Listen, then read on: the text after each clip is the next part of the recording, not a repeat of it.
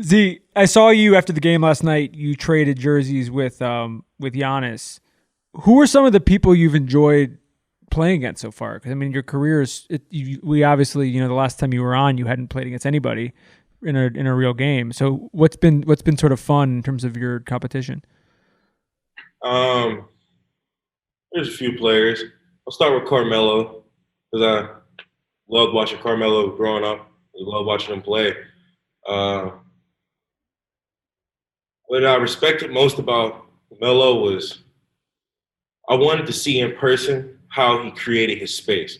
Because it's always one thing to see it on tape, but when you're actually playing against, you get to see like their footwork and how he utilizes his body. And man, it's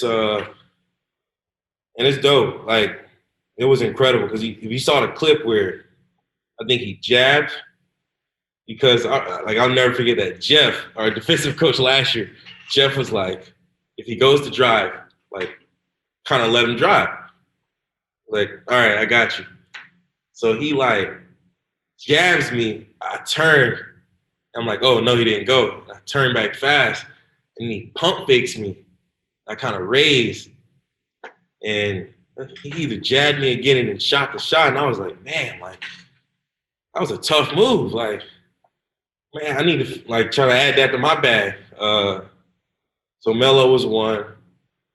Dame, even though I didn't guard him, just watching how Dame does that thing where he just catches heat, incredible. Throw LeBron in there, and Anthony Davis. Man, against us, I'm gonna say this year, De'Aaron Fox. Both Yeah, games, both both games. the Kings, he played incredible. So I'll give respect when it's due. I remember that Melo move. That was, if I correct me if I'm wrong, that was in Portland on the right side of the floor from about 17 feet. Yeah, And yeah.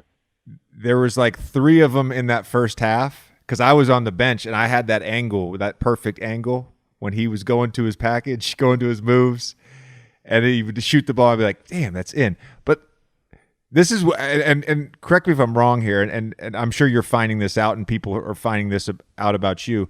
But there's levels to greatness, and there's just not a lot you can do against the great players. There's a lot of times they're either you can take away some of their strengths, but a lot of times they're either going to make the shot or they're going to miss the shot.